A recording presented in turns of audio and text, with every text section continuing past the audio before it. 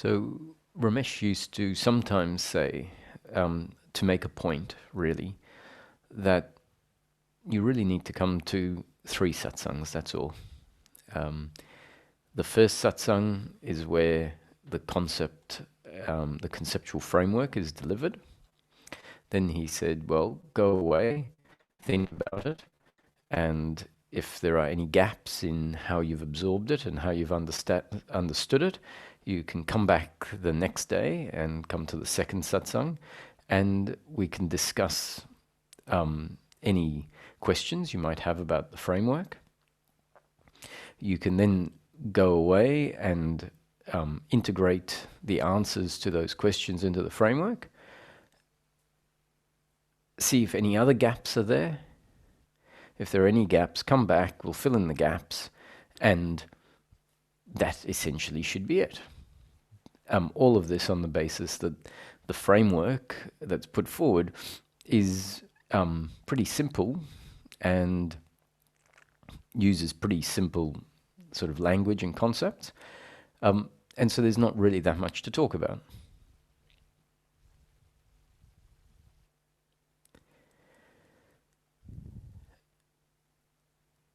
Now, saying that makes a point, and it's a very valid point, and that is that, look, what has to be said can be said in a fairly succinct and short way. The topic is not broad in the sense that we're talking about the whole universe. We're not talking about complex laws of physics and understanding formulas and filling in gaps that people haven't been able to figure out about how things work. And so it's not that sort of topic. It's about a very specific topic, happiness for the human being in daily living, and the concepts around that topic of happiness for the human being break it down to a fairly common and general happiness, and explain what unhappiness is, and explain that happiness is really just the end of unhappiness, describes the basis of unhappiness, highlights that very fortunately the basis of unhappiness is a misunderstanding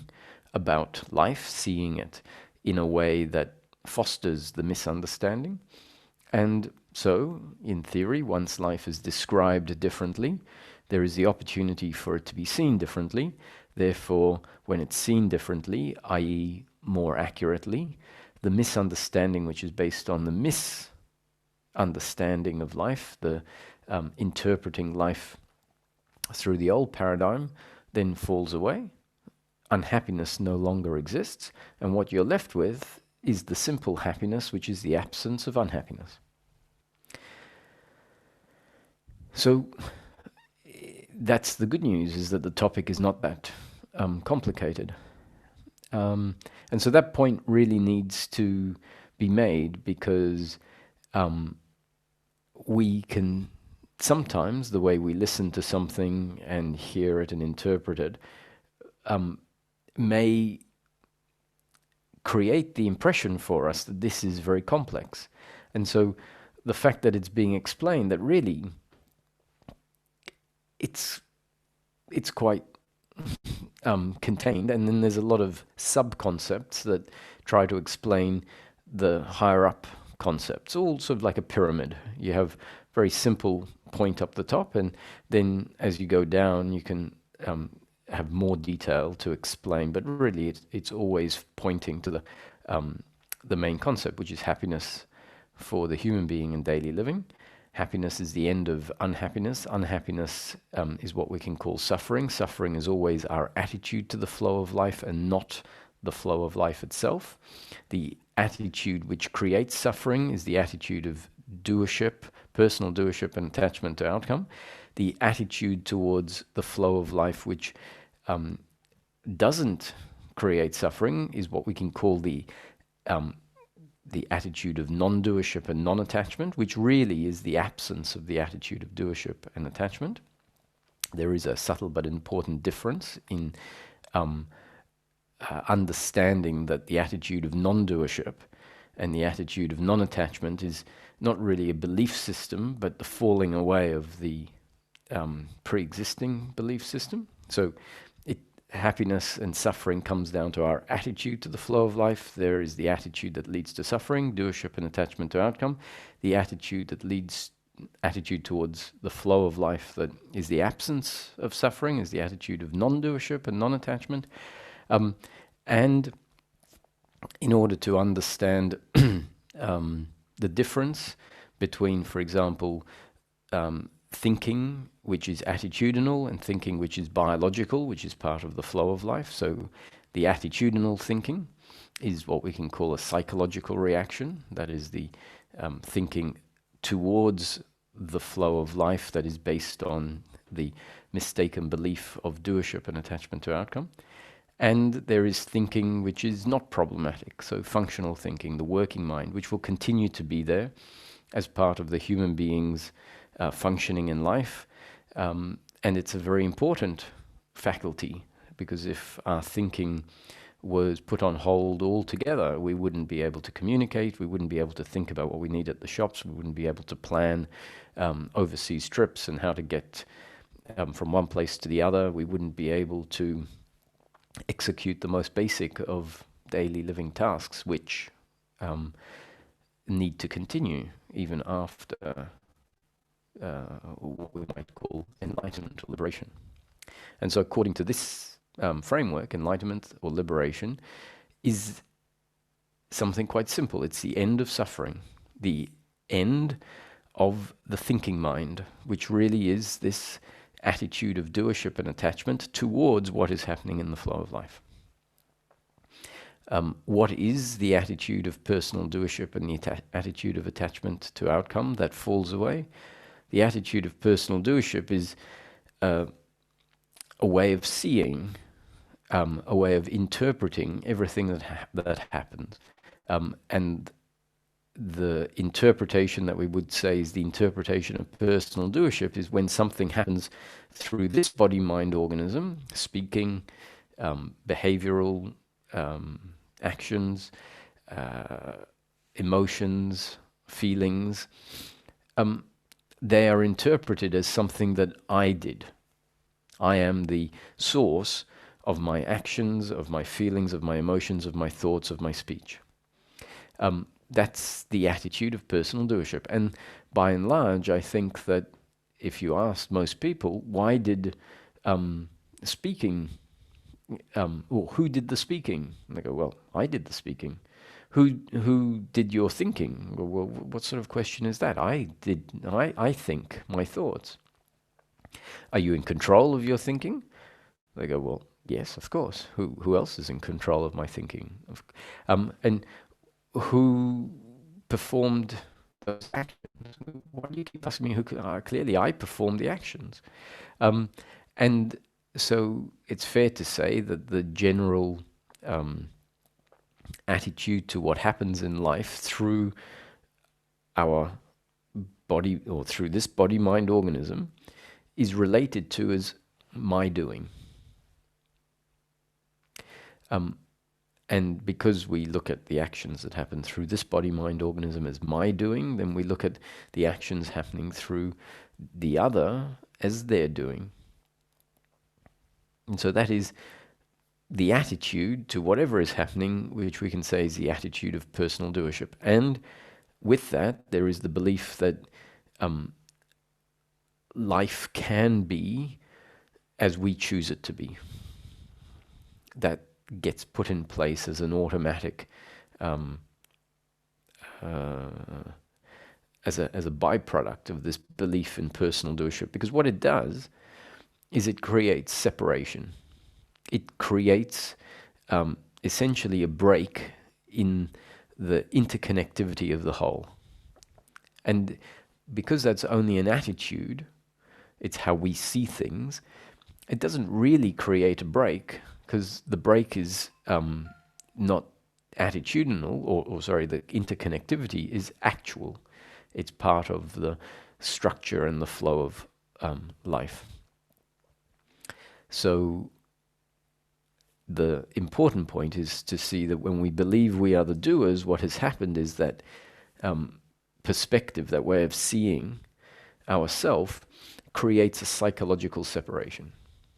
where in fact there is none. And that psychological separation basically means that intellectually, and more to the point, it's the attitudinal part of the intellect, starts to see life as if it could be many ways.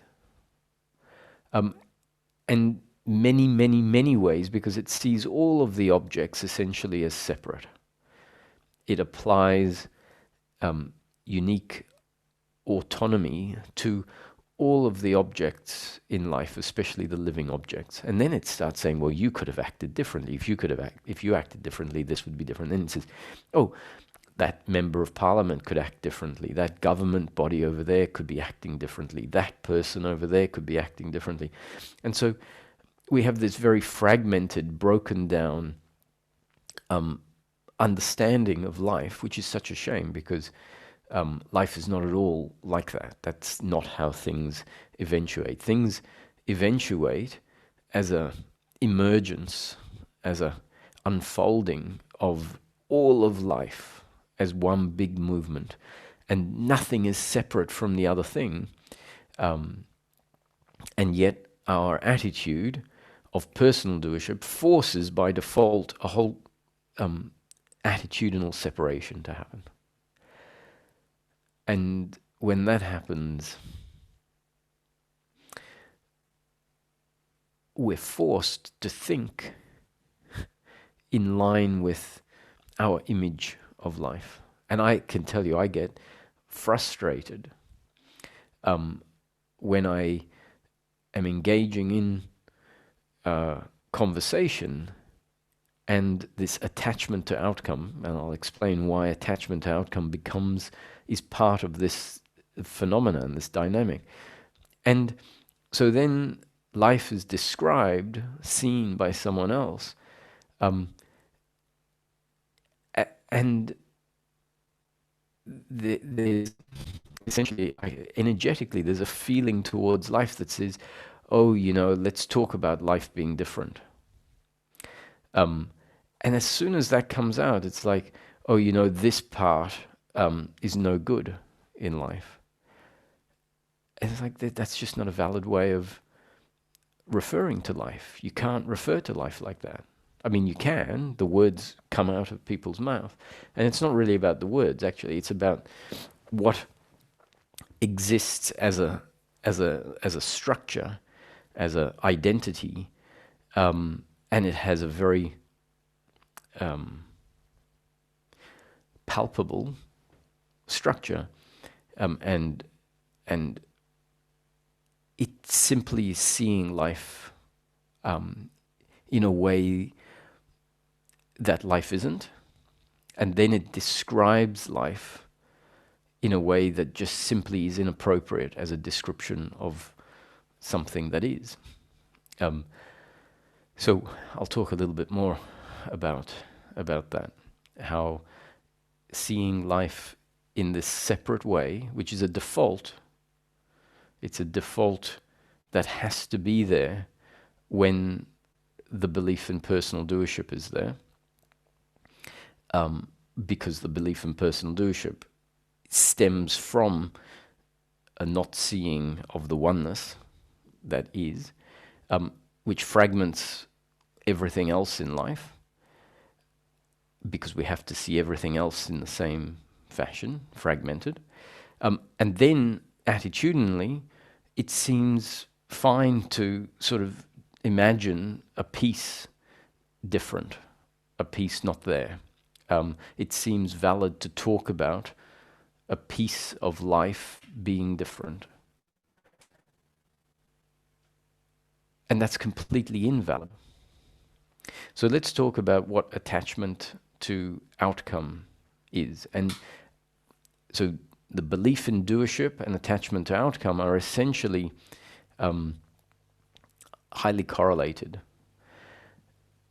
Attachment to outcome is our ingrained psychological movement that wants, desires, craves life to be pleasure, pleasure, pleasure, pleasure. Meaning it wants life to be perfect. And because it wants life to be perfect, it must think life can be perfect. If it was seen that life can't be perfect, then wanting it to be perfect would fall away. So when there is this craving and this wanting for it to be perfect, and we have to see this for ourselves. So hopefully I'm talking about it, and we get to see how we have a deeply ingrained want for life to be perfect. And we might not acknowledge that. We might say, oh, I understand life is, and I don't want to give away the punchline just yet, but we'll say, I understand life can't be perfect. And that might exist somewhere in your understanding, but what's more important is to see deep down there is a desire, a craving, a belief that life should be and can be perfect. And so then we talk about this perfected life. And there should be no reason to talk about perfected life other than some hypothetical thing that may happen in the future but isn't happening now. So if we talk about improvements to systems as something that, well, theoretically would be better if it was like that, may happen in the future, but definitely isn't now. And I completely understand it isn't now, and that it can't be now because it isn't now. Now, if we talk about life and improvement in that way, it's fine, because there's a complete acknowledgement of the fact that it isn't like that now, and it can't possibly be like that now, because it hasn't been like that now. And if we see it isn't like that now, not because one or two things happened to make it like this, and if those one or two things didn't happen, then it would be different. We need to appreciate that it isn't like that now. It isn't perfect now because of everything. And I mean everything going back 13.8 billion years. Put that in your pipe and smoke it. Things are the way they are because of everything that happened going back 13.8 billion years.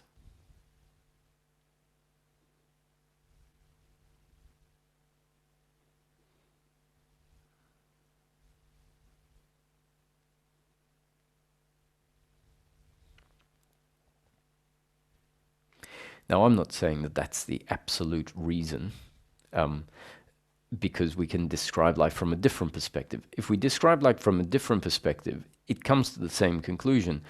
There would be an explanation that life is the way it is because of something that is completely overpowering, that is forcing life to be this way. And so attitudinally, I would say the only useful way of seeing life is it is as it is, but having a good deep understanding of why you're saying that. Because if you just say, oh, it is why it is what it is, because we've heard that that's the only useful way of looking at life, that's not powerful enough. You need to know why you're saying it is what it is.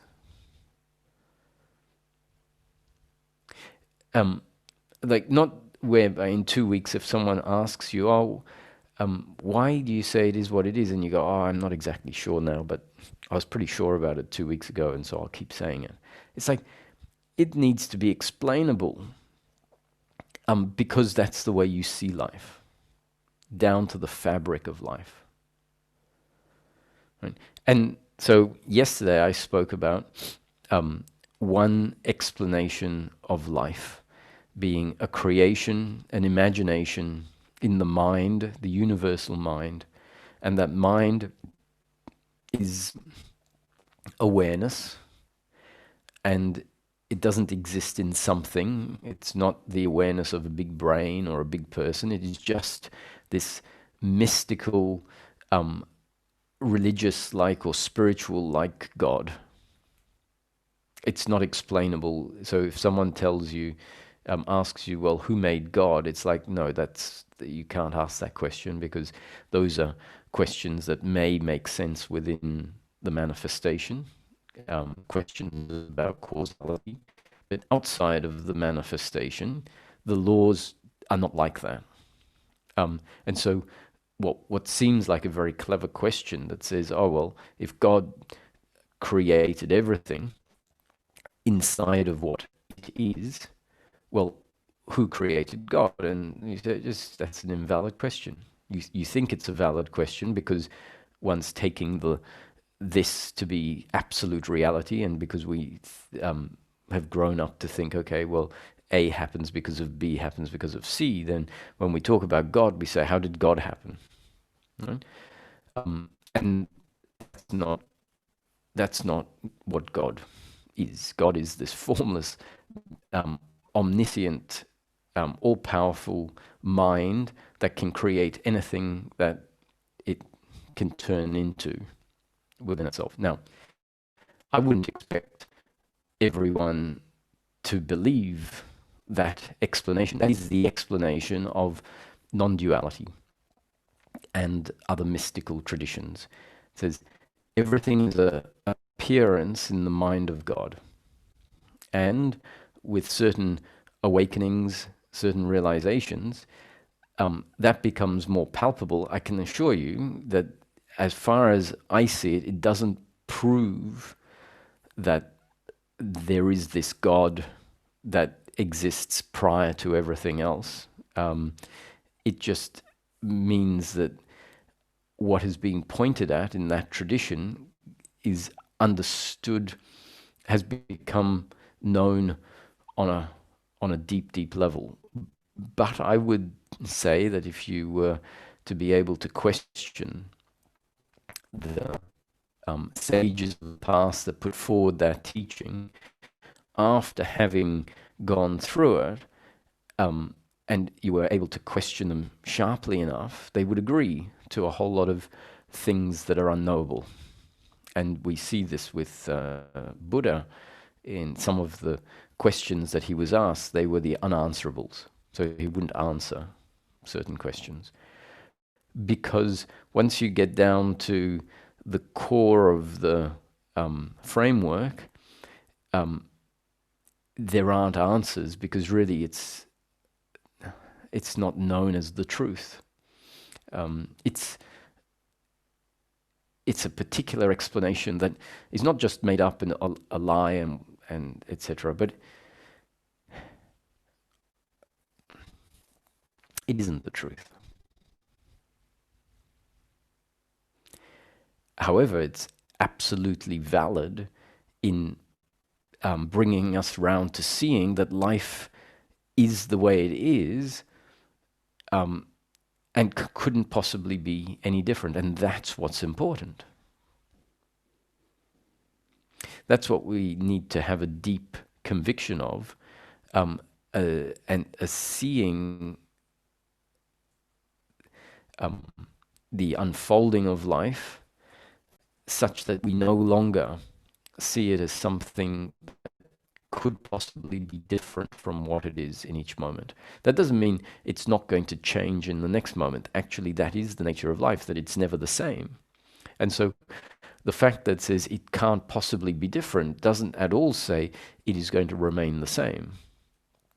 It says life is continual change, and in each moment it collapsed one way, this way. And our psychology somehow finds it very easy. It's so easy to just say, oh, that should be different. How easy is it to say that? That should be different.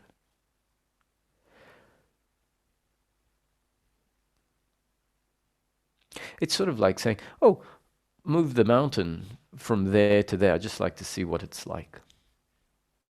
And then waiting for someone to, do what you ask because you think it's completely reasonable. Like, oh yeah, life should be different. So it's so easy to say it, to think it. It's completely out of line with what is and what can be. This is what we need to see, so that stops being the way we relate to life. So let's move on. What is the problem with our judgment and our resistance to life, especially the judgment and the resistance that extends horizontally in time, because the judgment and resistance is an uncomfortableness with how life is. So as I suggested, the psychological me wants life to be perfect and thinks life can be perfect. What does perfect mean? Perfect basically means I want life to be pleasure, pleasure, pleasure according to my biological preferences. The truth of life, and we've all had enough experience of life, is to know that sometimes we get what we want and sometimes we don't get what we want. That we will wake up some mornings and will feel sick. That at some point we are going to be in accidents. At other points, people are going to steal things that belong to us. We're going to get great jobs and we're going to lose great jobs. People are going to be kind to us and people are going to be unkind to us. The nature of life is sometimes pleasure and sometimes pain.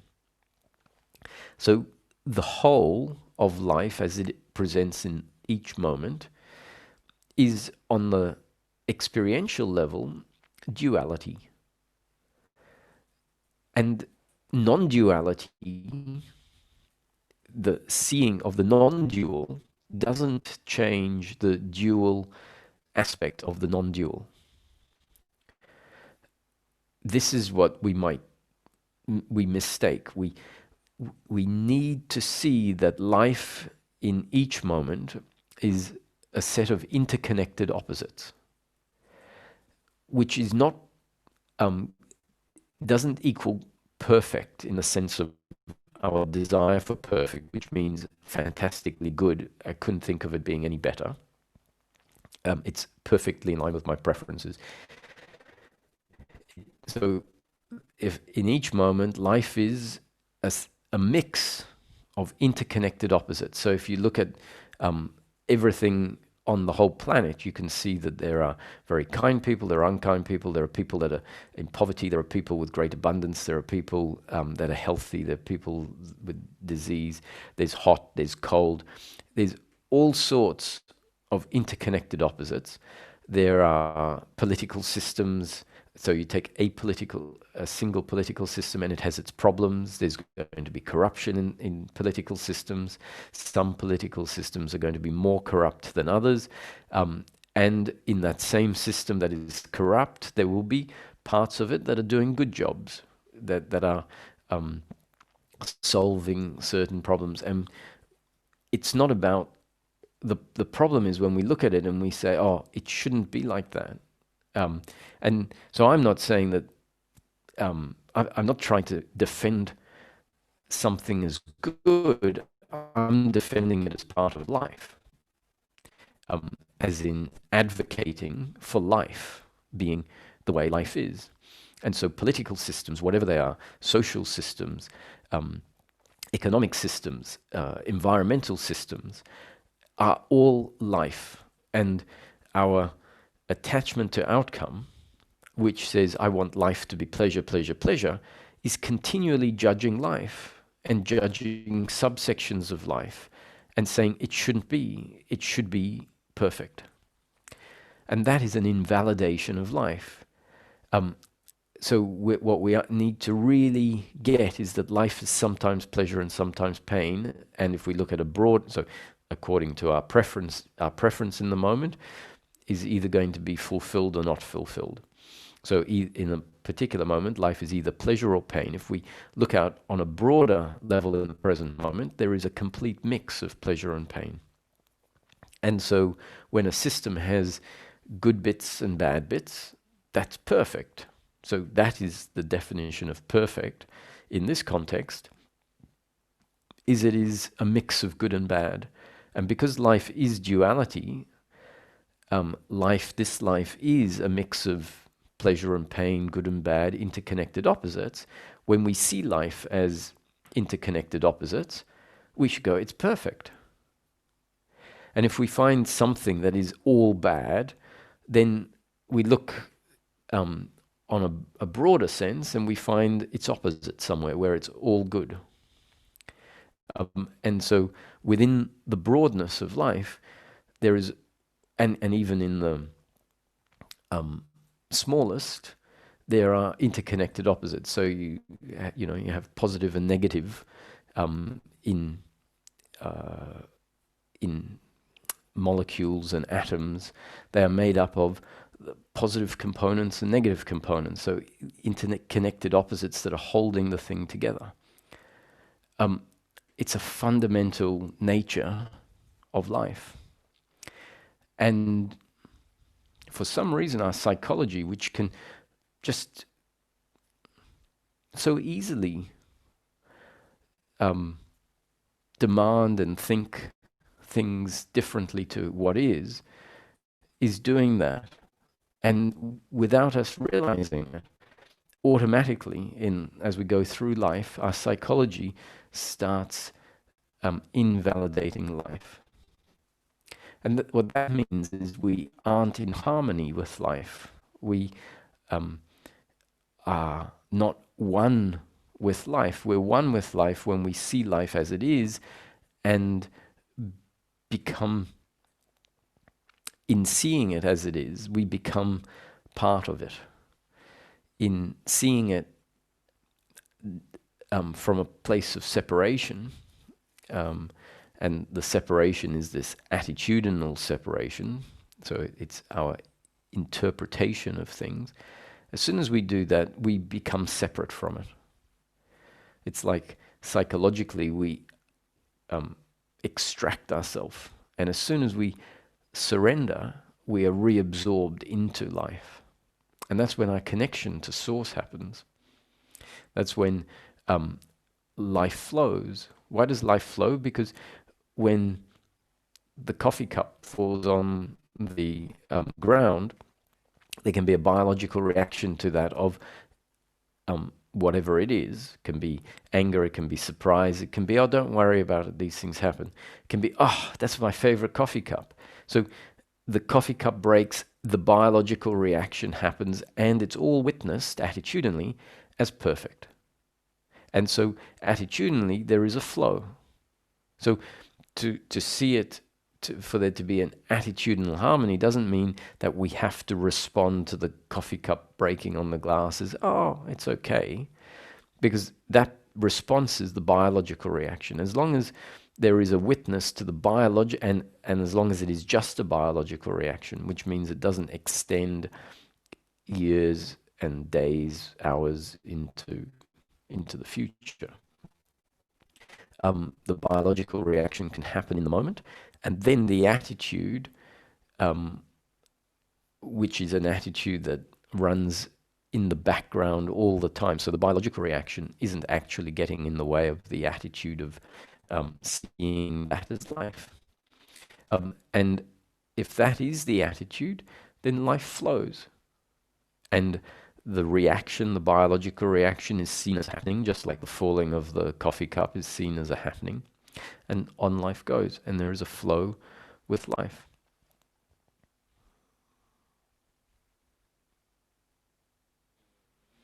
So the problem, which is a deeply ingrained problem, and it creates the me, is the attitude of personal doership, which creates a psychological separation, like a ring around us. It says, well, I am autonomous and independent. And one of the explanations, if we look at everything as a happening inside of consciousness, and that what we are ultimately is the consciousness aware of everything, and that consciousness is even aware of the body. If we take that view, then no, the body and the person and the speaking and the thoughts are one arising within the singular dream space, creation space of consciousness. And so there is no separation. So we can take that perspective, or we can take the perspective of I am a logical instance of life, and I've been grown the sperm and the egg came together, and Roger had no control over that happening. And then that blueprint grew, and Roger started as a very small microorganism. They got bigger and bigger, more complex, was impacted by the environment, and here I am. Here we all are, a result of a very impersonal growth process. And that means that we have never been separate, and we never will be separate from life. We're continually being bombarded by the environment, and the biological entity, which we can call the DNA or genetic structure, is always presenting itself in a particular way, so in its physical form. And so the human being, the biological instrument, is a result of the genes and up-to-date conditioning, and how the genes and up-to-date conditioning were affected by the environment. And so there again, we see we're never separate from life. If we were separate from life, we would never be affected by life. As in, the sun would never tan us, because if we're separate, the sun can't tan us. How can the sun tan us? If we were separate, we couldn't hear sounds. If we were separate, we can't see things. All of those are happening because we're connected to life. And so our growing is a result of our inseparability from life. And our psychology doesn't see these nuances because it's not gross enough. On the gross sense, what is seen is a boundary to the physical body and space. And so it says, oh, well, I'm separate from everything else because when I look at myself, there is an edge to me. And that's just a hugely superficial interpretation of life. It's the interpretation of life that the senses and the intellect tend to form based on the gross experience. And if the identity that is put in place as a result of this fairly superficial interpretation of life is going to change, then the workings of life have to be understood on a deeper level, from a deeper exploration. And as a thought changes, all right, of course, if the sun can suntan me, it means I'm not separate from it. And so we might now look at the sun as being us not separate from it in the moment when there is sunlight. And so we're not separate from the space. We are in the space. And so a different way of interpreting, we're not separate from the book that we're reading, because if we were separate from the book that we were reading, we wouldn't be able to see it. And so we're not separate from the ideas of the other. We're not separate from the actions and the words of the other. We're in this soup of life, and we're being impacted every moment by certain components which we are not separate from in that moment. And so that means that everything that we do is completely the result of being influenced by life that we were never separate from. So the words are an influence or a result of being completely influenced, whereas we say, that's my doing. And when we say that's my doing, we have this idea of ourselves as being a separate, independent, insulated, autonomous entity. What that means is that no one is influencing me. Nothing is influencing me. I'm doing it because of my doing. Now, that's just a way of seeing what's happening, and I contend that that's not an accurate way of seeing it, and not a useful way of seeing it, on the level of our attitude to what happens.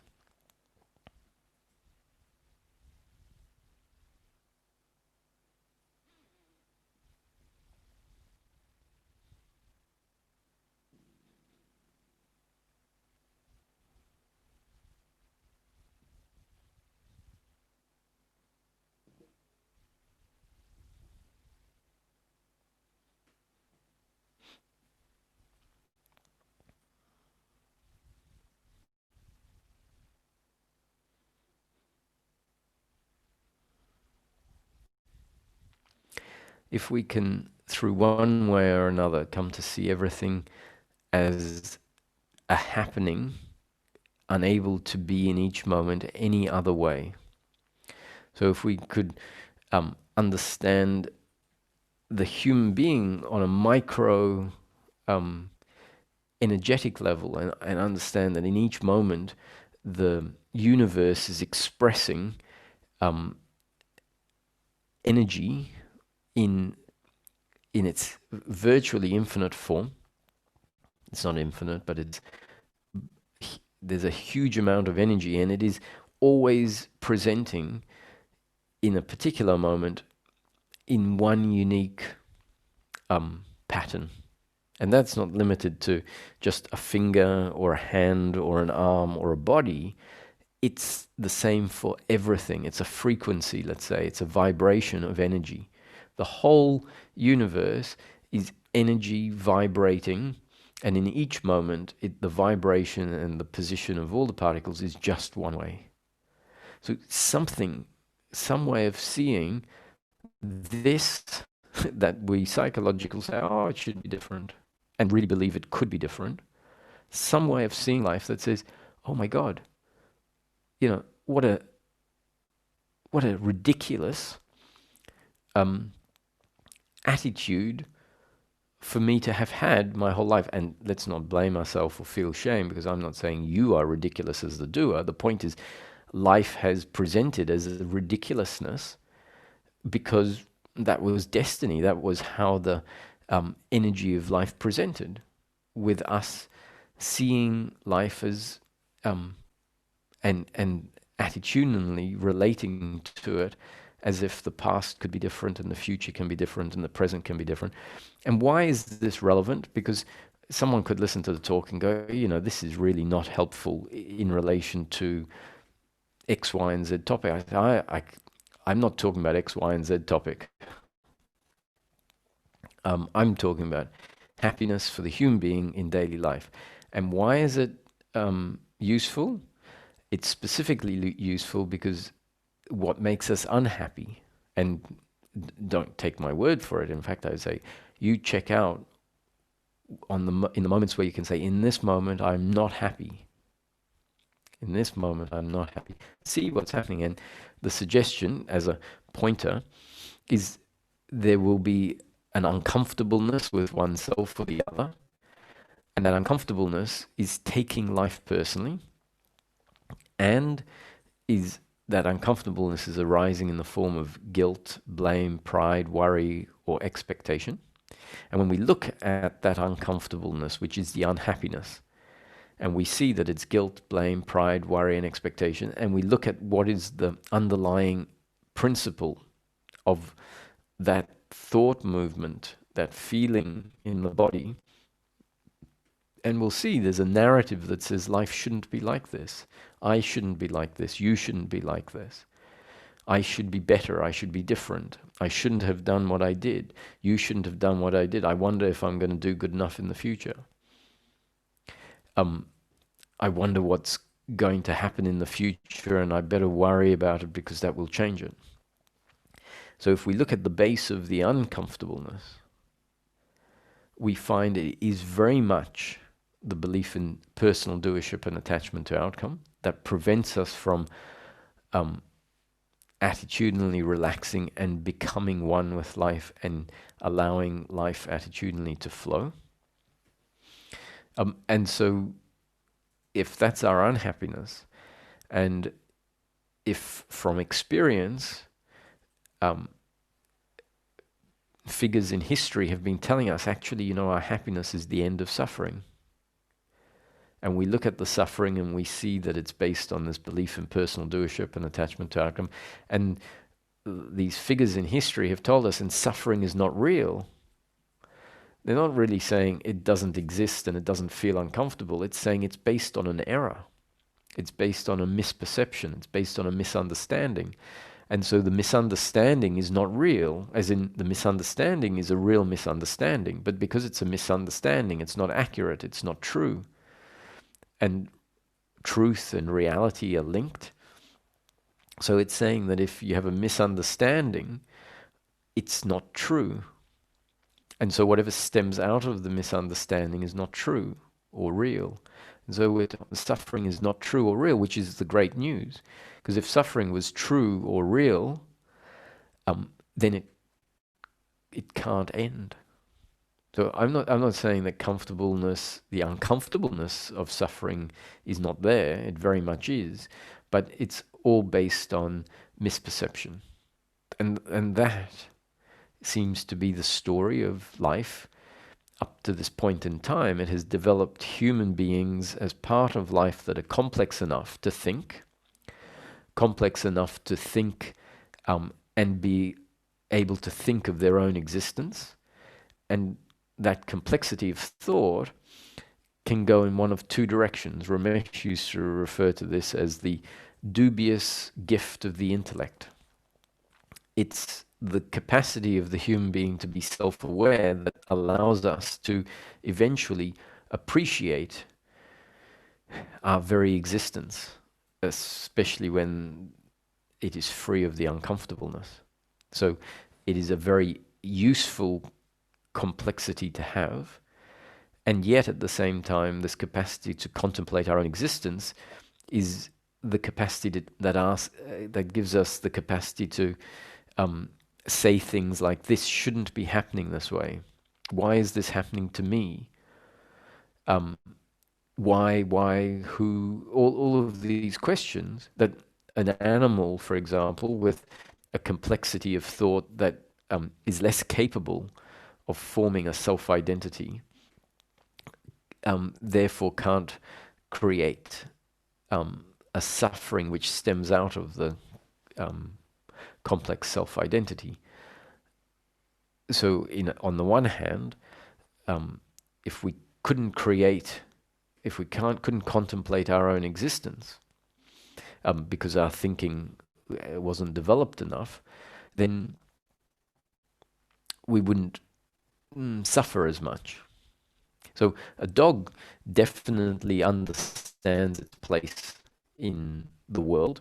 It knows it has, let's say, a place in a family structure. It has an awareness of itself as an object in space, and so it will chase after things, and it will run away from things, and it will be biologically afraid.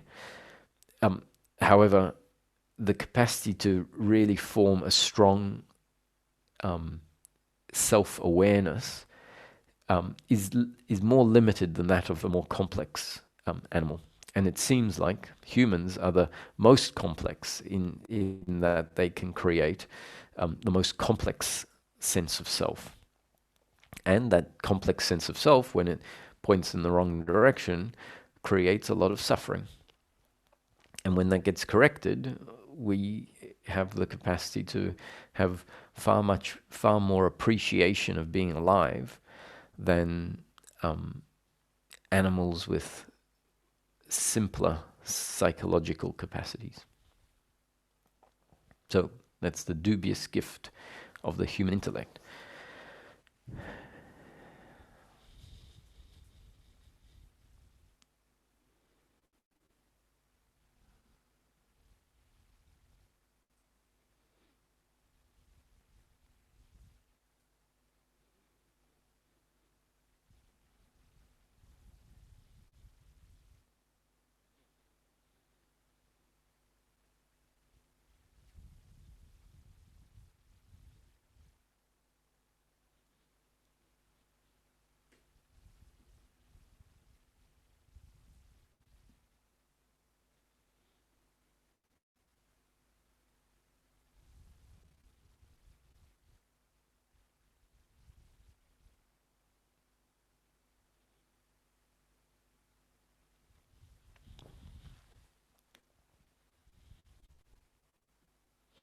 So coming to see life as a happening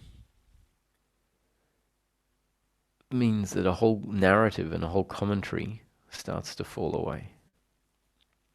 It just doesn't make sense to engage or think about life in the same way.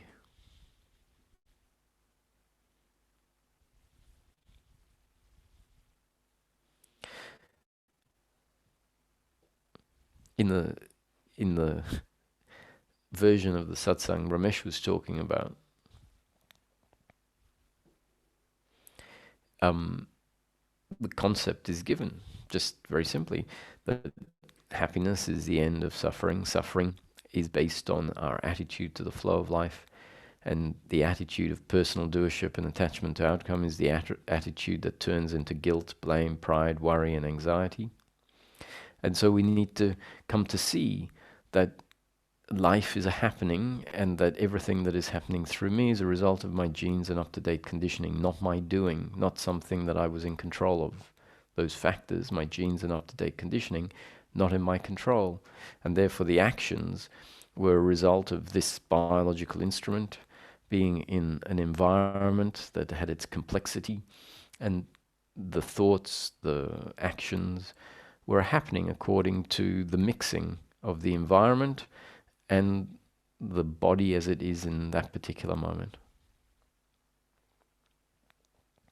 And as far as needing pleasure, pleasure, pleasure, which is the direction in which we point when we believe that my happiness is to be found in outcomes, the framework says, look, we've had more than enough experience in life of seeking pleasure. Sometimes we get the pleasures that we're seeking, and after getting the pleasures enough times, we should be able to conclude, actually, I've received the pleasures that I've been seeking regularly enough to know that what pleasure is when we get it is a biological pleasure that is short-lived and is definitely not some magical cure for, or it doesn't deliver ongoing, unbroken happiness.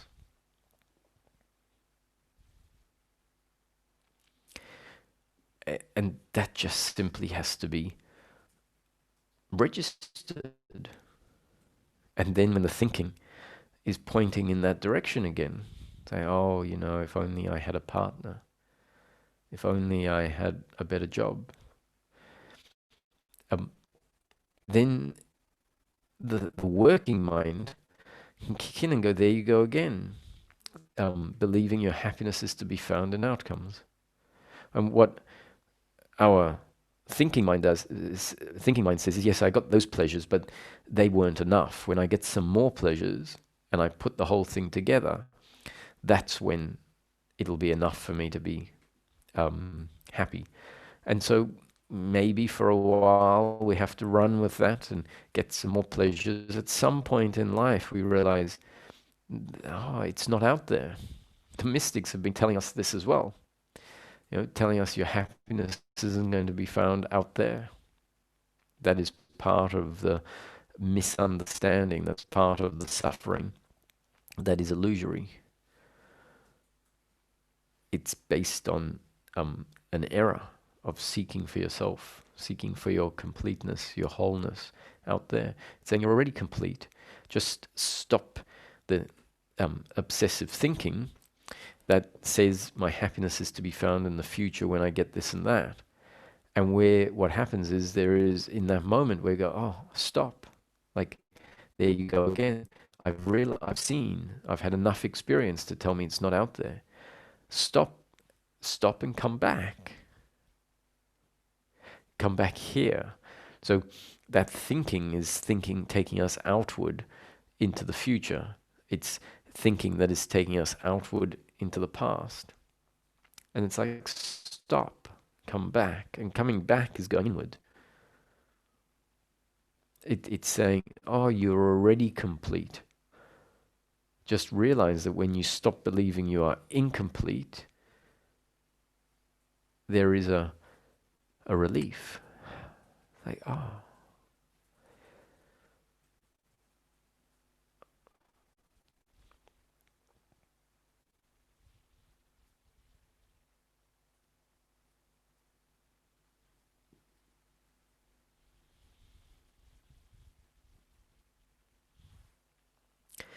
So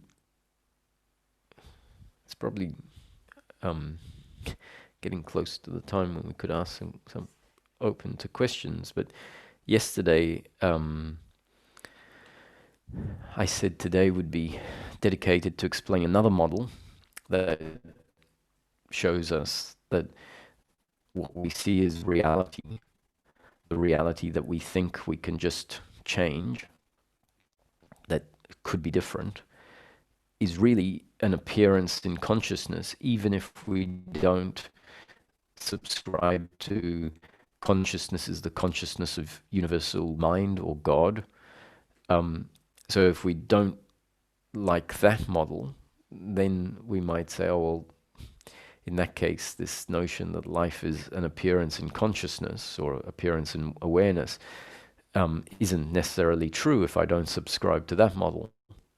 So the alternative model is where we just, because in the model where all of this is an appearance in consciousness, it suggests, it tells us that there is really no world of form other than one that has been imagined into existence in the mind of God, and it's all made of awareness, that the objects are not separate from the awareness that is aware of them, and that awareness is not the awareness of the body, but the awareness of source. The body is just an object within that awareness.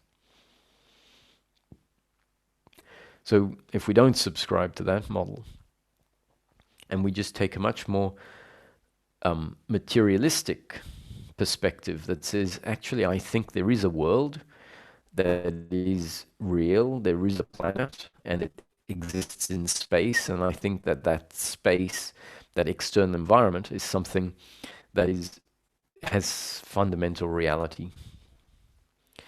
And I wouldn't blame someone for taking that perspective, because there isn't absolute proof that says otherwise when we really look at it.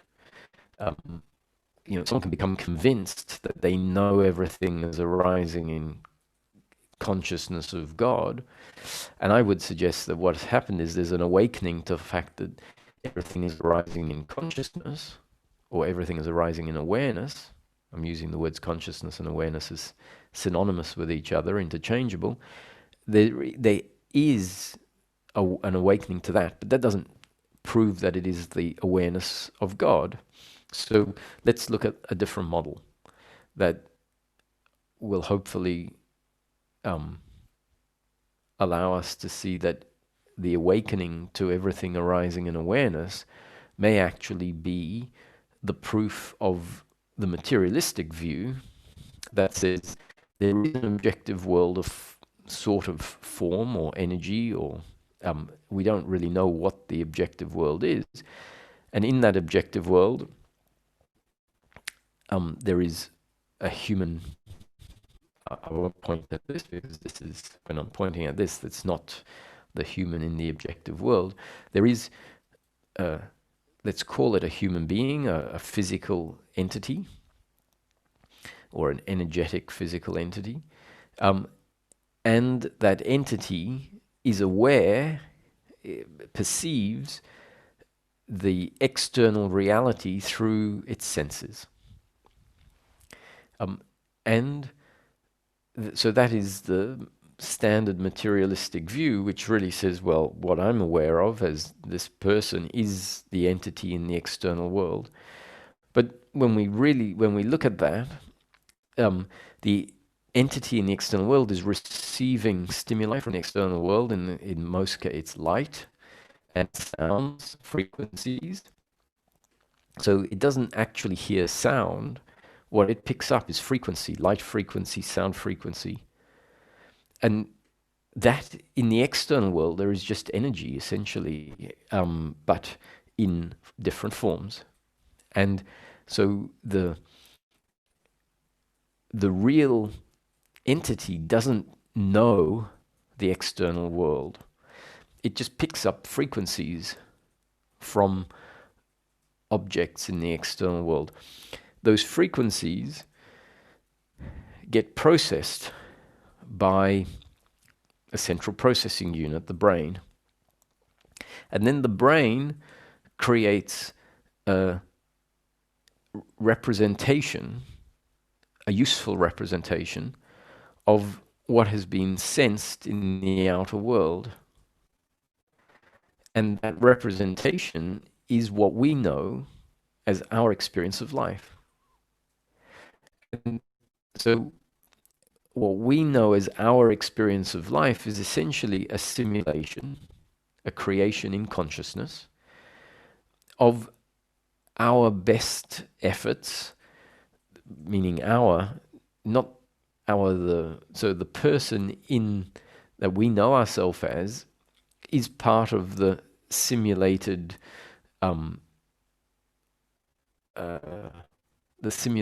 reflection of what has been picked up from outside. And when we go through life, we're so convinced that the table that we know is the table in reality, whereas it shouldn't be too hard for us to realize that let's say there is this external reality, so there must be some sort of object out there that is sending, or that is part of the frequency that is picked up by the body. And so what we know on the outside is not this. This is what has been conveniently produced by the brain and projected onto consciousness, because this is useful. It's a useful interpretation of reality.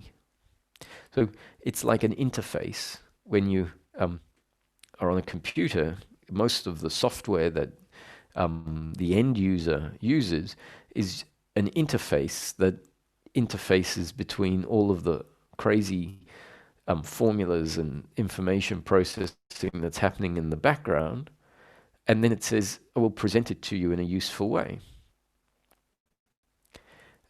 If we were to see the raw information without an interface on the computer, we'd have no idea what's going on. And this sometimes happens when an example of this is when your computer is booting up and it doesn't boot up properly. It gives you a whole lot of, characters that you look at and you go, none of this makes sense. And when the computer processes it correctly, it gives you a different image that makes sense. You go, oh, that's much better. I know what to do with this. So consider that the experience of life that you've always had, including the experience of yourself, is the crunched version of all of the raw data that is produced because it's a useful reproduction.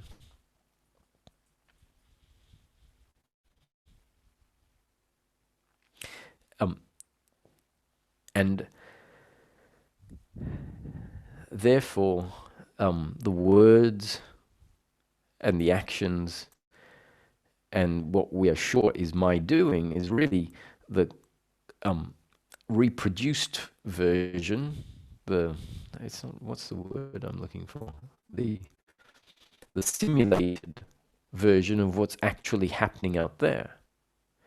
And then for some reason, it's useful to include a sense of self, which doesn't exist outside this simulated version. And that sense of self is then, I guess, fed back as a feedback loop to the entity out there. In order for it must be a useful form or addition to have this simulated version of oneself.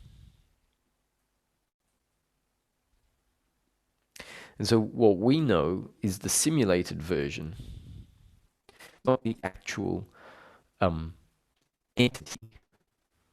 And we know the simulated world, not the actual world that may exist out there. And so different instruments so meaning different entities in the real world, have a different simulated version of the world, depending on their difference in senses and how the brain processes the inputs from outside and how it inserts the sense of self. And if the implications of this are understood, we realize that what we know ourselves as is the end result of what has been produced by the entity out there.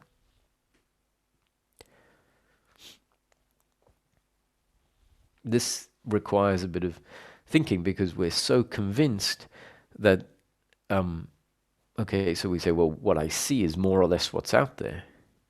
And the truth is that our system filters out so much of what is actually out there. So, for example, radio waves and other entities, even that microscopic entities, energetic entities that may be intelligent entities that we just don't understand. There could be, we might just be one part, we probably are one part of the overall system. And in the reproduction of reality, a whole lot of stuff is left out. And so we're convinced that, oh, well, this is a pretty good representation of reality.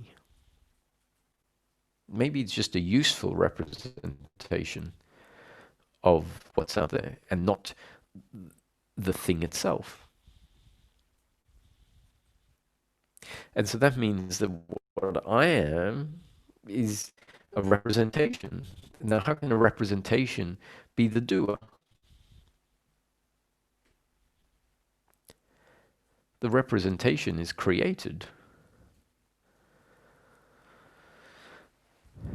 So, whichever model we're playing with, it's not really about arguing, oh, this model is correct, because there aren't proofs as to which model it is. Either, if this is all an arising in the mind of God, it would be experienced like this. If this was a simulation of a biological entity that has a need and has evolved in order to create a simulated version of what is outside, which is very much in line with the materialistic idea of life, then this is how it would appear. So the fact that it appears this way doesn't prove one thing or the other. It isn't about that. We're not here talking about what is the nature of reality. I'm talking about happiness for the human in daily living. And it has nothing to do with understanding the nature of reality beyond understanding that what we know is a happening, meaning it is created this way and it can't be different. That, society has formed a particular way, which is not perfect, far from it. But what we need to recognize is it is completely understandable. We might not understand the specific dynamics, but the dynamics are there that would explain it. So, for example, why are governments corrupt? Well, because the people in government have an egoic aspect to them that is attached to outcomes, pleasure, pleasure, pleasure. And so that attachment to outcomes forces people to put certain moral values lower than attaining financial wealth. Now, I'm not saying that's good or bad. I'm just saying that's how we are at this point in time. And so when you see corruption in government, it's completely understandable. So I'm not defending it. I'm saying it just can't be different. So it's not that I'm defending it. I'm just saying it is. And if we come around to being able to see everything, like why did the termites eat all of the roof beams in the house, and it requires a complete rebuild. It's not good, but they did it because termites eat wood, and because the building was built in a way that allowed termites access to the roof timbers. So it's completely understandable. And, our attachment outcome goes, tries and finds reasons why it's someone's fault. So we say it's the fault of the builder. Yes, let's say the builder didn't put in a certain membrane that would act as a protectant. Why didn't he put in the membrane? Because he either forgot, because the person that was doing it was incompetent, or because he wanted to save money. So it's all completely understandable. If he forgot, that's one of the things that happens. Our thinking doesn't function perfectly. So he forgot. If he was sick, or he's incompetent, he's not really a good builder and didn't realize you have to put this layer, that's completely understandable. And if he wants to save money, that's completely understandable. It doesn't make, I'm not saying it's good, I'm saying it's life.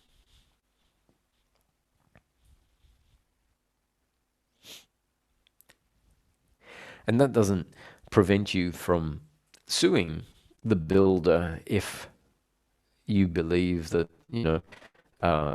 that's your entitlement. That suing it is part of the mechanics, the mechanism that's here in life. And as long as one does it without hatred and understanding that the outcome is not in your control, so you may sue the builder and he might come and burn your barn down. Or you might sue the builder and it costs you $10,000 to sue the builder, and then the judge finds against you. Or you sue the builder and the builder says, I completely understand, my insurance will cover it, I'm so sorry, and you end up getting a new roof. And so the outcome, not in your control. And there's a lot of things in life that you can't do anything about. There is no mechanism like suing the builder in some other aspects of life.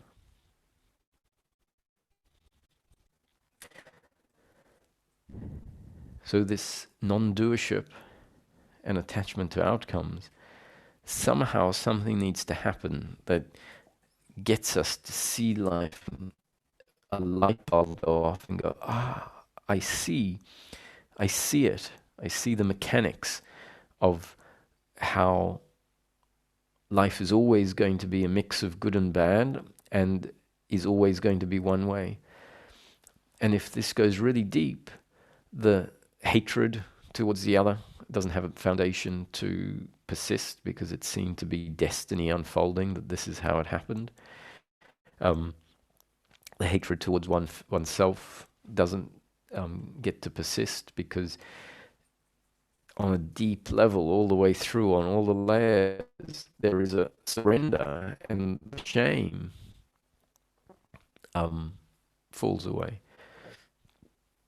In a way, we could say it's forgiveness, but the ultimate forgiveness is when we realize even the notion of forgiveness doesn't make sense, because that implies, there is someone to forgive who did something wrong, and I'll sort of say, I understand, I forgive you for what you did wrong.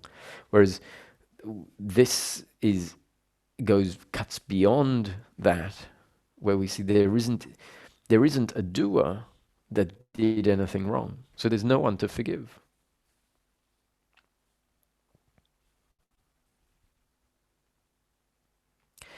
And that is supported by the understanding that life is always going to be a mix of good and bad. So when that happens, we go, not only is there no doer, but this is how life rolls. And the third part is, if we start feeling the peace that comes with that attitude, then we go, and the fact that life is sometimes pleasure and sometimes pain is not an attack on who I am. So surrendering is not it's not an act of self-disrespect. because in a way, if we surrender while thinking that that is an attack on who I am, then there are two forces working against each other. We can't surrender if we believe it's an attack on who we are. We can't let go of the past if we believe that what the person did in the past is an attack on who I am. So the notion of let go of the past, it might be theoretically, might sound good, but until we really feel that the essence, the core of the human being, is untouched by the circumstance, that if we find ourselves with a broken leg stuck in hospital for 2 weeks or 2 months, we may be able to return back and go, oh, yeah, circumstance is inconvenient, it's painful, I'm not able to get out and do the things I need to do or want to do, but I am. Meaning we come back and we realize, oh, I exist, life exists, and what I am is the awareness that is here, aware of the magic of life. Now we can't appreciate the magic of life if life is pervaded with an uncomfortableness, because when there's this uncomfortableness, life just feels unacceptable. And so we're more likely to wish that we weren't here than to appreciate that I am when it feels uncomfortable. So all of this is part of a progression that starts to bring in more wisdom, more insight. And as that happens, the suffering starts to get less. And as the suffering is less, there's more appreciation. And so it sort of snowballs to a point where the balance of power at some point tips and there's more spaciousness, more peace, more understanding. And then the remaining misunderstanding gets eaten up exponentially quicker.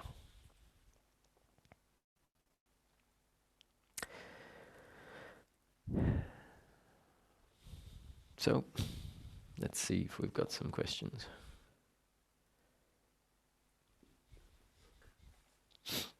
Hi, Luca.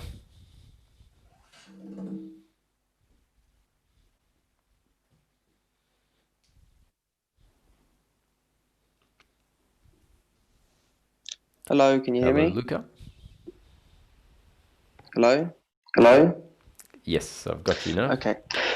So I saw the psychological me in action, and it occurred to me that I actually feel very sorry for it, because there's a realization that the psychological me cannot be any other way than the way it is, and sorry, my cat's disturbing me. The only reason that it's doing what it does is because it doesn't know anything else. It's the only thing that it knows, and so not even the psychological me really is. It's just an occurrence, and it's just a mistake that has to be corrected. There's nothing personal about it, and also,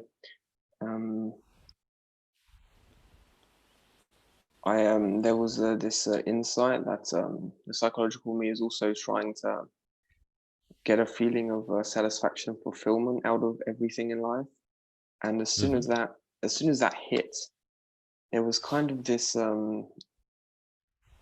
there was almost as if this depression hit me, because like all of the energy that the me was like trying to get out of everything kind of collapsed temporarily, and there was like this big like not big, but this mild depression hit me, like, oh, I don't care about anything anymore. And that was probably just when the first time the I'm not the doer kind of clicked, the system kind of reacted, as in, it kind of went in the opposite direction a little bit too extremely, and I imagine this is doing the same thing. So yeah, that. Yes, I think those insights are very important, because what you described is a significant insight. Firstly, there is no one to blame, even for the the doership. That is just a dynamic. That's just a movement of genes and up-to-date conditioning, which wasn't put in place by anyone. So no one to blame. And a realization that the doer is actually, the belief in doership is actually trying to make the most of life in the best way it can. And all it knows is it feels uncomfortable, and pleasure is the best it knows in life. So it's using the tools it has to try and optimize life. And if I think if you see that, it doesn't have to turn into a sort of flatness, but obviously, as you describe it, it did. So the flatness can be explained to me just as a temporary. When something is seen and something changes, who knows what the recovery movement is going to actually look like. And yeah, so as you say, it can include a swinging too much to one side, and hopefully, I see no reason why it won't correct itself. Maybe that was the doership feeling depressed at its own realization. Also, the identity gets the wind taken out of its sails. It's like, you don't have a role, essentially, because the role you are fulfilling is actually a troublesome role. It's it's slowing things down. It's causing a problem. And it's like, we know you're well-meaning, but you don't have a role. And that can either kill it altogether, as in it dissolves in an instant, or if it remains, it's going to feel a bit flat. However, what has happened is the plug has been pulled out of it, and so it will die eventually, dissolve really, because it's not being fed. And the death of the doer is not really a tragic thing. One, because it doesn't really exist, except as a psychological movement. And two, because it's the end of uncomfortableness. Yeah, you explained it really well, because I also had thoughts along the lines of there's nothing to get out of life. Like, there's just nothing to get. It's just there because why not? It's just there. Life is just there, and that's it. And also, But there's another one. that's what feels flat, right? Because that's a bit of a No, actually, that was kind of a relief. Like, thank God, there's nothing to get. Okay, yeah. There was also something else that doesn't come to mind right now.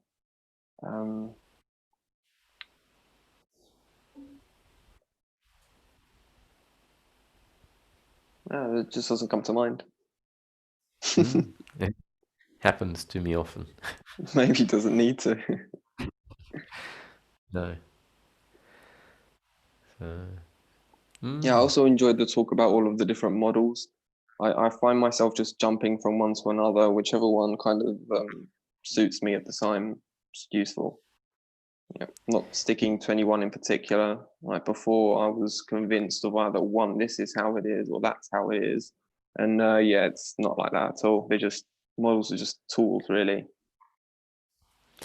Yes, and actually, I think the blend of all of them is in itself a model, and I think that's the one that is most robust, actually, and most suited to life, because life is paradoxical, and so having just one model, in a sense, is not paradoxical. And so the blend of the two models, to me, seems poetic. And it's a bit like the same principle about, let's say, we often hear a debate between, is it, creationism or evolution? And the way I see it, as I go, do they have to be separate? In fact, I don't think they are at all separate. I can't see them as separate. I see them as complementary. That creation and evolution can be part of the same story.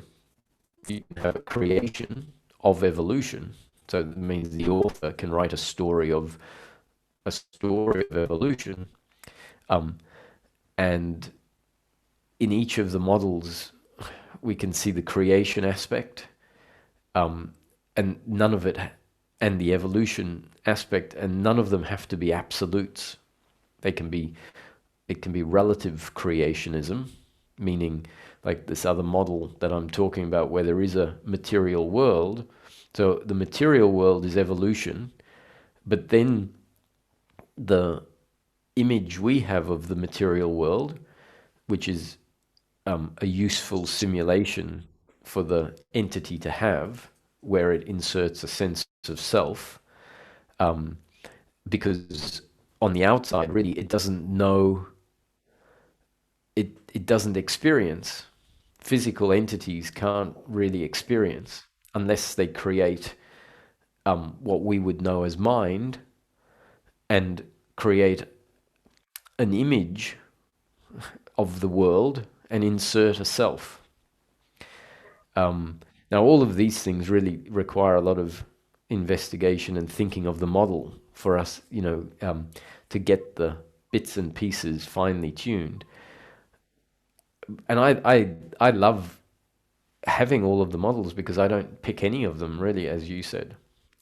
Either it's about moving from one to the other, or finding this blend where we see that the moving from one to the other is not really moving out of one model into the other, but moving from one side of one model to another side of the same model, which from different sides of the model sees life as if it's described from two separate models. If that makes any sense. Yeah, that made sense. Thank you. Thank you, Luca.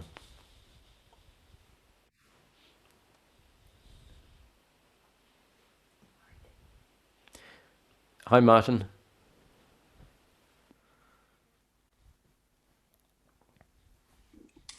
Oh, hi, Roger. Hi there. It's a sort of a question is arising from something you were describing either yesterday where I think you said Ramana said nothing has happened, and you described nothing ever happens. That's right, yeah.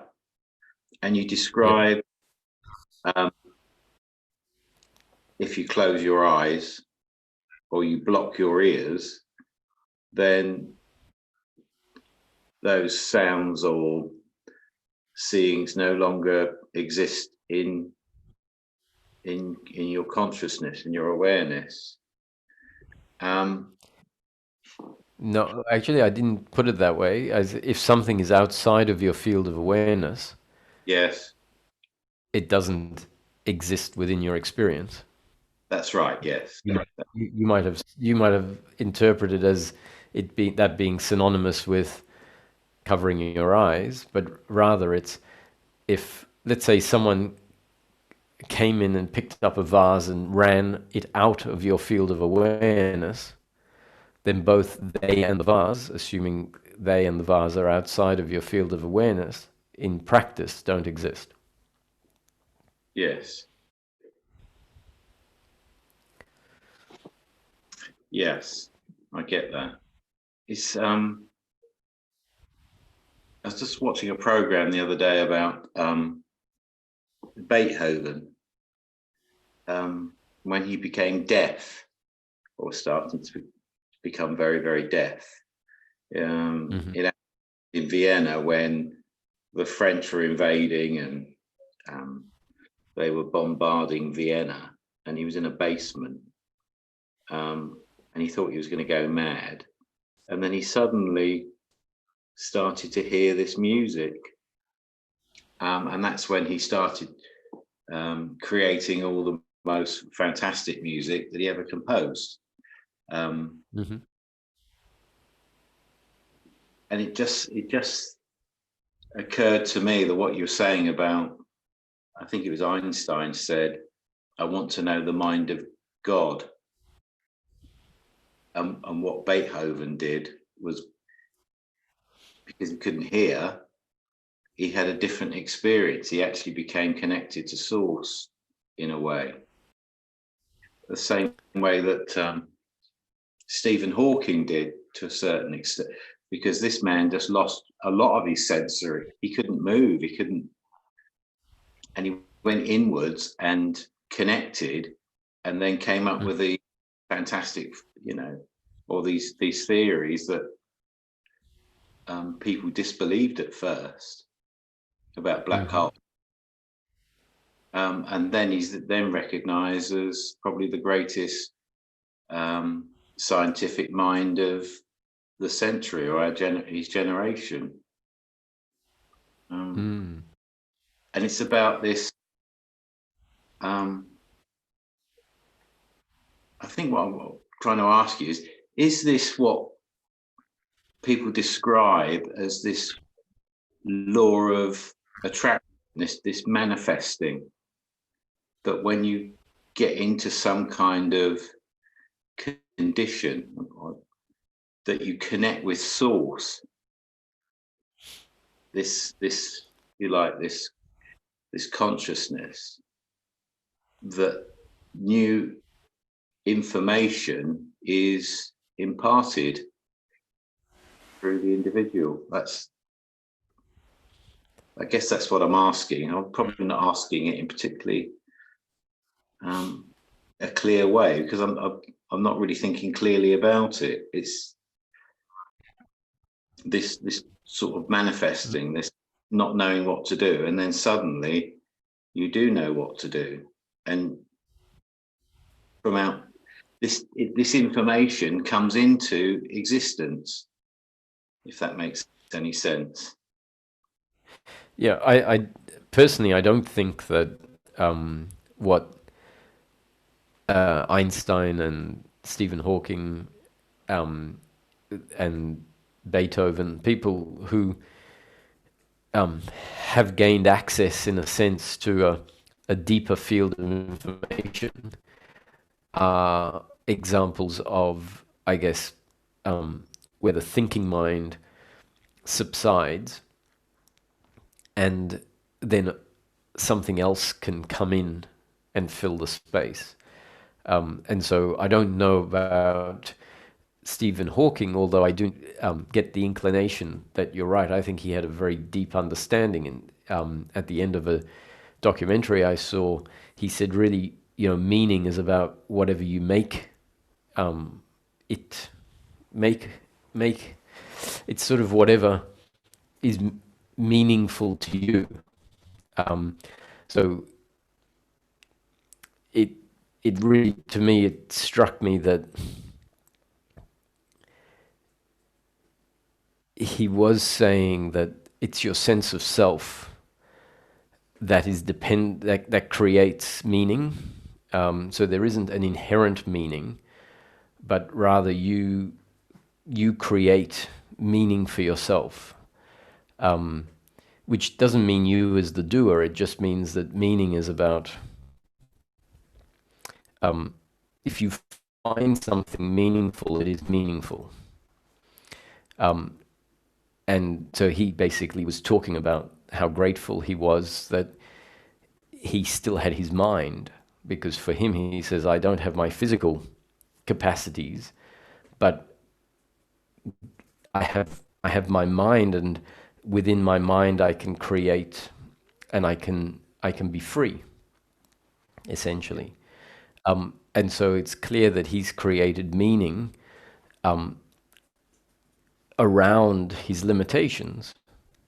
And it's very easy for someone to have felt like life was meaningless simply because if they were looking at what they didn't have, then they wouldn't find the gift that he found for himself. So all of that doesn't really prove too much, except that I get the sense that Stephen Hawking had an appreciation of things beyond what is standard. That's very clear by his understanding of broader pictures. But Einstein in particular said the formula came from outside. Yes. You know, and I get the sense that, especially when he talks about creativity and various other things, that and not solving, you can't solve a problem caused by one type of thinking by the same type of thinking.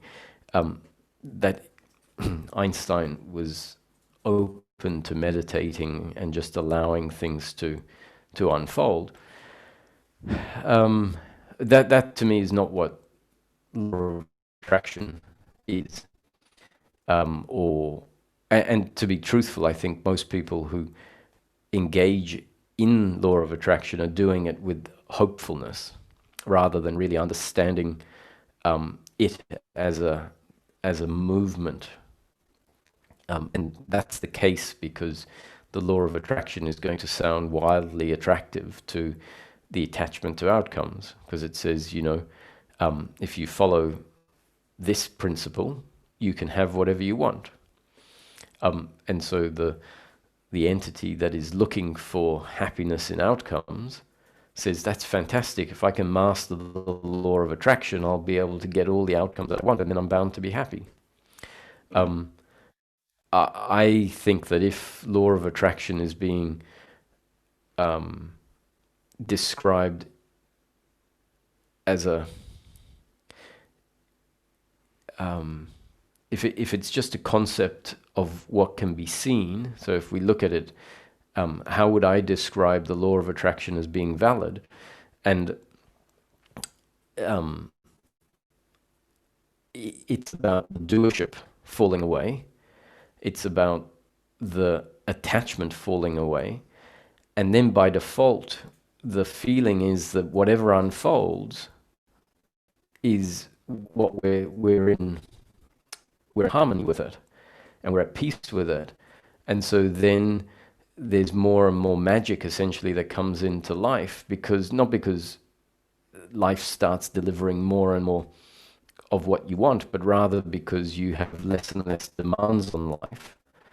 And so then what is coming through is not resisted, and by default our attitude changes from what I don't have to everything that is delivered and always has been delivered.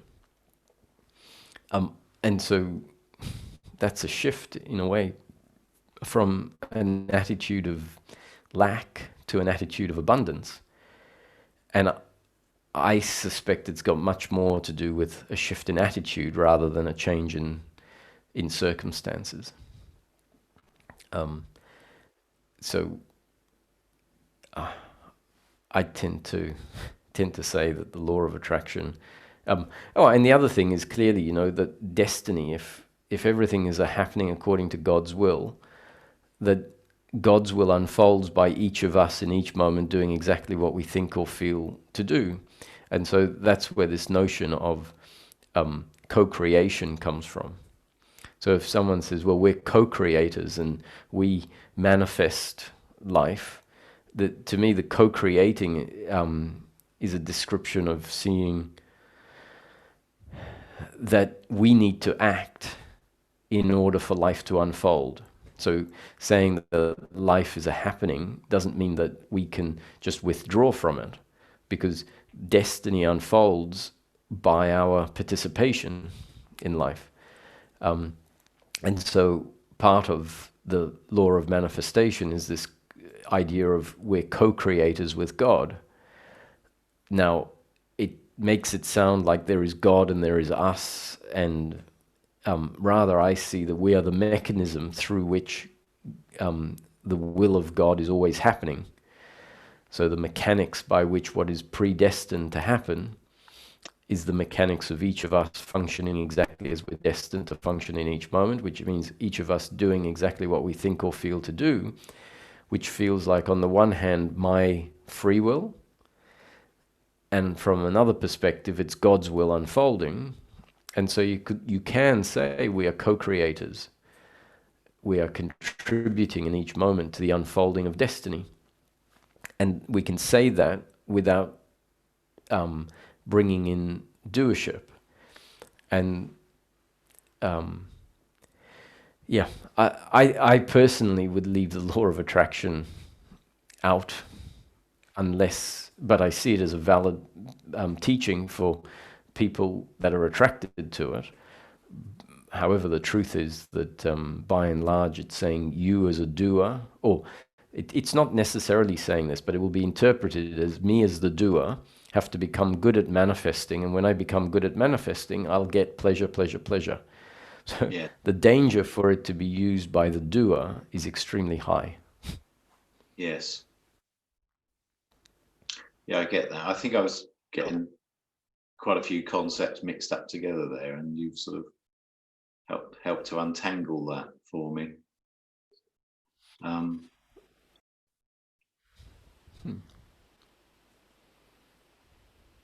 But I think it is very interesting when you're talking about particularly scientists. If someone comes up with a new concept, I didn't realize that Stephen Hawking once presented his new theory, his new concept, to his peers, and they rejected his ideas completely. In fact, they even threw him out.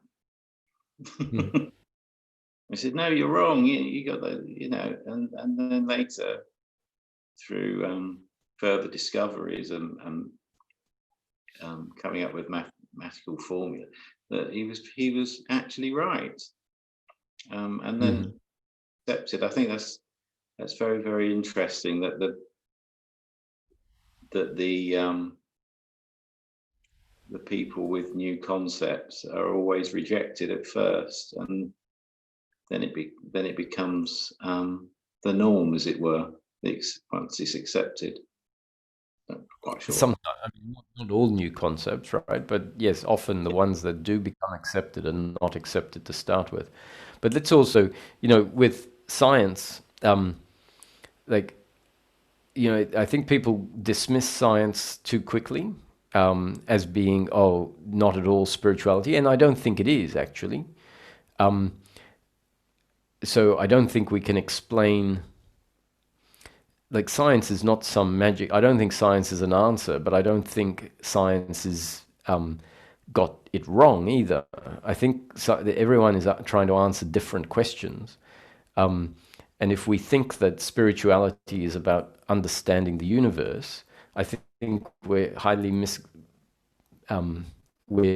misguided. I think a lot of people that think they understand consciousness have no idea about consciousness. I have no idea about consciousness. And we very glibly throw out, or arrogantly in a way throw out, certain statements about, now science is coming to the conclusions that mystics thousands of years ago had. Yeah. And they're not really. We think they are, because we're mistaking different objectives. So I don't think mystics really have come up with many answers about science that are useful to science. I think they're working on different problems. So I think mystics have done a great job at dealing with the end of suffering, and I think science has done a great job at producing pragmatic solutions to problems. And I think there's a big mistake when people mix the two together and think that they're solving the same problems. And I would much rather trust in science to give me explanations of physics and how to build houses and whatever than mystics. Sure. But what I do think is that coming to know the nature of life as it is pertinent for happiness is much more available through spiritual teachings than through science, because a lot of scientists have no connection with an aspect of life that is extremely important. And so I don't even know why I'm saying all this, but I don't want. Essentially, sometimes I talk about science because I think we throw the baby out with the bathwater, and I think science is very good at applying critical thinking to problems and addressing things in a way that is based on observation, based on testing, based on peer review. These are all very important attributes in life. They might not be useful for peace of mind. And I love science, and I think spirituality is very is very valuable as well. So anyway, I think we can leave that one there. Thank you, Roger. It's very interesting. Thank you very much. Pleasure. So I think on that note, it's time for us to call it a day.